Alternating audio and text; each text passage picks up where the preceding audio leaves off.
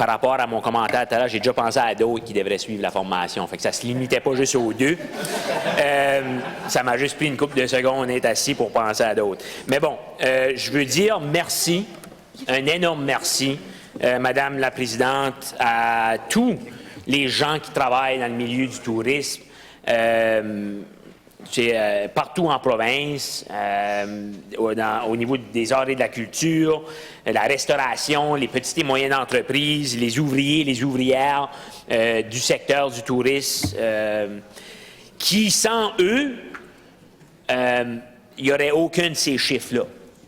Sans eux, on ne serait pas connu comme étant une des provinces, certainement certains bouts, comme étant une province très accueillante envers les visiteurs.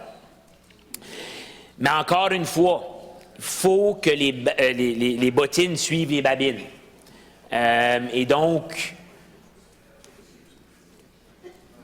de plus en plus, avec aucun moyen de faire face à l'inflation, les Néo-Brunswickois et les Néo-Brunswickoises eux-mêmes sont en train de perdre la capacité et l'accessibilité à participer à ce tourisme-là, à visiter les endroits dans notre province.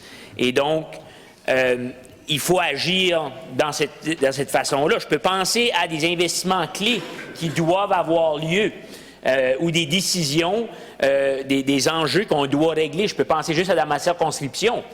Dans le pittoresque et magnifique village de Richibouctou, le quartier de Richibouctou maintenant fait partie de la ville de Beau-Rivage, on a une usine qui impacte négativement, donc Coastal Shell, qui impacte négativement notre capacité d'attirer le tourisme dans notre communauté. Je peux penser à certains chemins provinciales, juste avant d'arriver à des parcs nationaux qui méritent d'être travaillés dessus.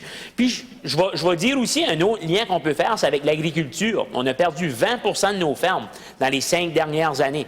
Et si vous connaissez quelque chose à propos de les multidimensions de l'agriculture, c'est que l'agriculture façonne le paysage que les gens recherchent autant lorsqu'ils sont en voyage.